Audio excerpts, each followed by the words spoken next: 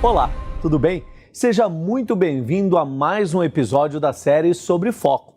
Nos vídeos anteriores começamos a falar sobre a importância da atenção, sobretudo no mundo cheio de distrações. Mas também verificamos que deixar a mente divagar em alguns momentos pode ajudar na criatividade. O segredo parece ser o equilíbrio disso tudo. Você já parou para pensar sobre a sua concentração e principalmente sobre a sua criatividade? Um dado para a nossa reflexão. Se você perguntar a alguém, você está pensando em alguma coisa além do que está fazendo neste exato momento? Há 50% de chances de que a mente desta pessoa esteja divagando. Claro, tal porcentagem muda de acordo com a atividade no momento. Por exemplo, a divagação da mente é mais frequente durante o trabalho, quando estamos no computador de casa ou no decorrer do trajeto entre a nossa casa e o trabalho ou vice-versa. Mas há algo surpreendente aí. Alguns estudos demonstram que o humor das pessoas normalmente piora quando as suas mentes divagam. E qual será a explicação para isso? Já imaginou? Bom, basicamente, quando não estamos com nada em especial em mente, os nossos pensamentos são todos sobre o nosso eu. Associações criativas à parte, a divagação da nossa mente tende a nos centrar em nosso eu e em nossas preocupações. Embora às vezes divaguemos para alguns pensamentos ou fantasias agradáveis em geral, o cérebro fica orbitando em torno das nossas inquietações. Porém, ao entrar em concentração total, nossa atenção seletiva tenta desligar os circuitos das preocupações emocionais, considerando os tipos mais poderosos de distrações. Assim, não é um bate-papo das pessoas ao nosso lado que tem mais poder de nos distrair, mas a conversa da nossa própria mente. Faça um teste. Procure observar nas próximas vezes que se pegar divagando, onde sua mente estava. Quando seu cérebro se perde, em que pensamentos ele te leva? Se você quer um pouco de concentração absoluta, vai precisar que as vozes internas se calem. A prática da meditação, quando a atenção plena se voltada para as respirações e os sentidos, é capaz de fazer o cérebro silenciar a conversa padrão. Esse tipo de foco traz sensação e paz, e com ela, alegria.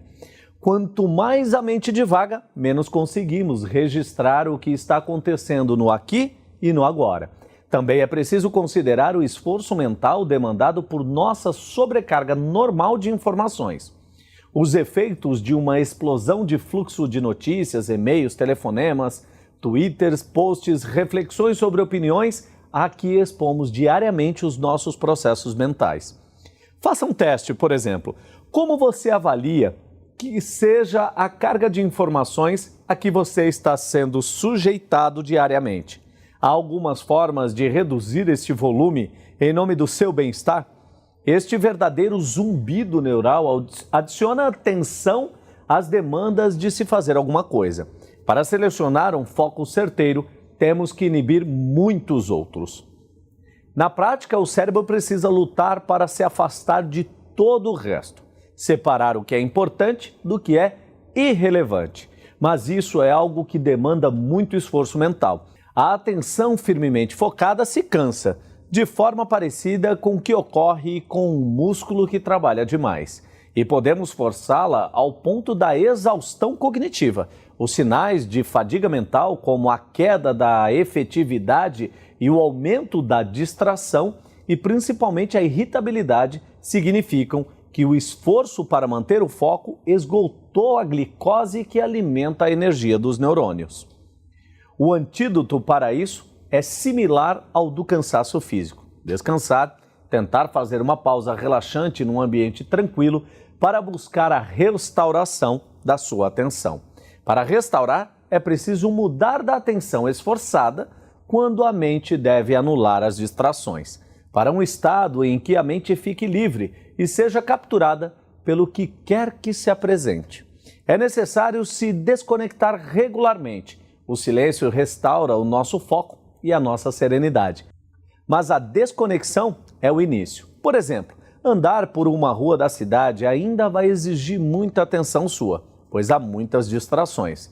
Já numa caminhada por um bosque, requer pouco do tipo de atenção focada.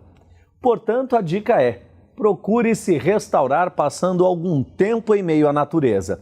Assim, um passeio em meio a árvores leva a um melhor foco para a retomada de tarefas que exigem concentração do que uma volta a pé pelo centro da cidade.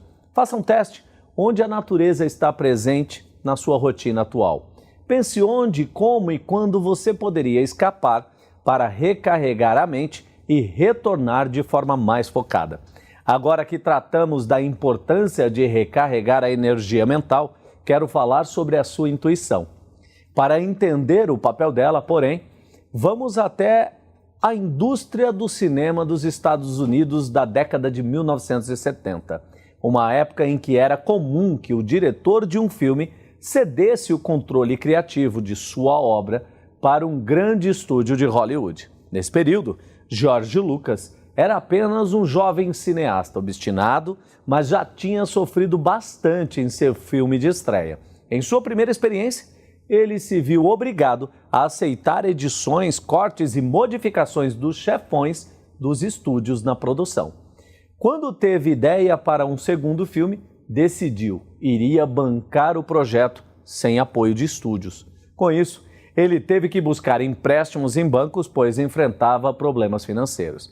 Mas confiante em sua aposta, ele persistiu, apesar das muitas negativas. Só conseguiu recursos ao bater na porta do 10º banco, onde precisou implorar praticamente.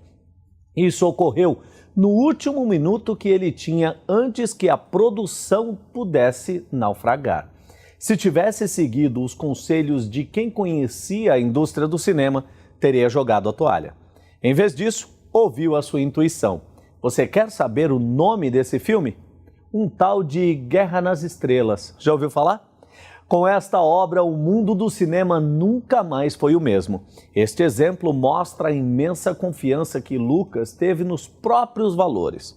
Trata-se da autoconsciência, uma capacidade de decodificar a voz interior dos demais murmúrios do nosso corpo. No caso do cineasta, isso se traduziu numa bússola interna muito forte, que o guiou de acordo com seus valores e objetivos mais profundos.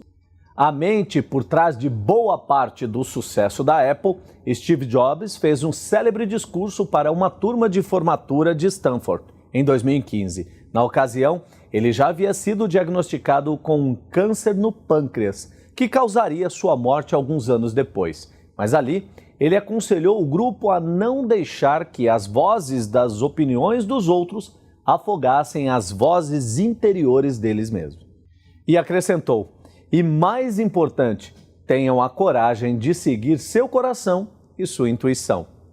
De alguma forma, eles já sabem o que vocês querem realmente se tornar.